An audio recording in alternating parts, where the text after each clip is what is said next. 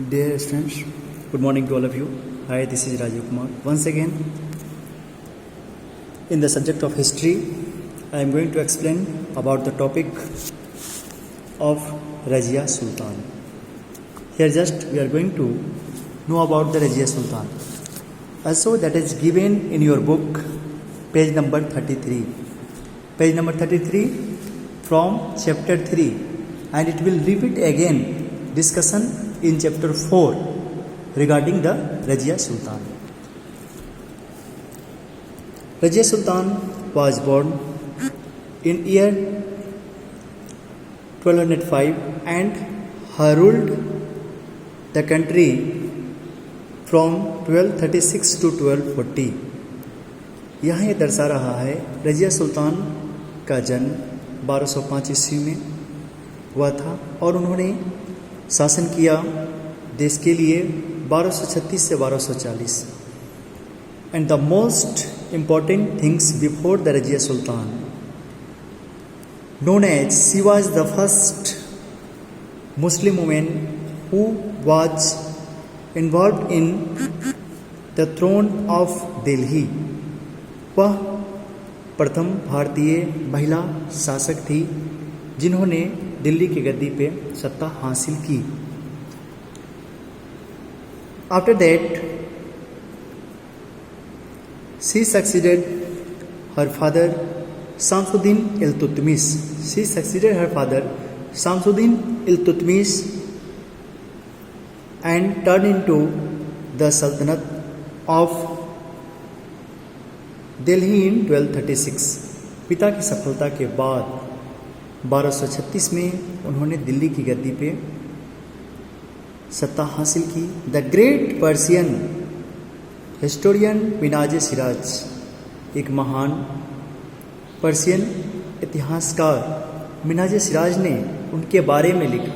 That means this is not the discussion, this is not the explanation about only the Razia Sultan. This is the explanation about A women who ruled over Delhi. Work historian Minhaj Siraj wrote about Razia that although she was more qualified than her brothers, उन्होंने रजिया के बारे में बतलाया कि वह अपने भाइयों की तुलना में ज़्यादा शिक्षित थी. After all they were not comfortable to accept a queen as their ruler. But यहाँ उसके बाद भी एक महिला शासक के रूप में वहाँ का समाज, वहाँ की जनता उसे एक्सेप्ट नहीं कर रही थी. Because only the reason behind that she was women. Also Minhaj Siraj through that the queen's rule went against the ideal social order created by God. उन्होंने अपने थिंकिंग में ये एक्सप्लेन किया है. दैट मीन्स ये सारी चीज़ें उसके विरुद्ध जा रही है. कैसे?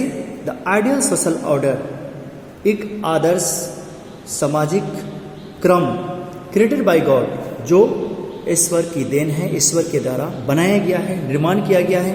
इन which women we are suppose to be subordinate to men, जहाँ महिलाओं को कम आंका जाता है पुरुषों की तुलना में. और यहाँ उस शासन सत्ता साम्राज्य के दौर में उन्हें घर के लिए प्रसिद्ध माना जाता है और शासन और साम्राज्य के दौर में पुरुषों को आगे दिखलाया गया है.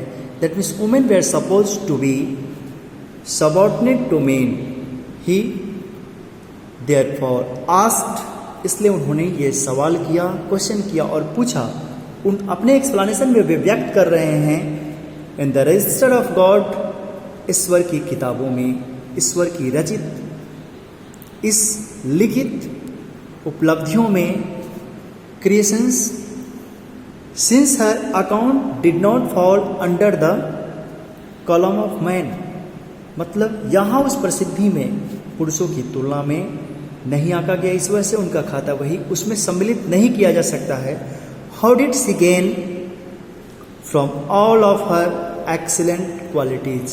जब तक यहाँ समाज में एक प्रशासन के रूप में महिलाओं को आगे नहीं बढ़ाया जाएगा, तब तक वी कैसे how did she gain from all of her excellent qualities, वे अपने उस विशिष्ट प्रतिभा गुण को कैसे आगे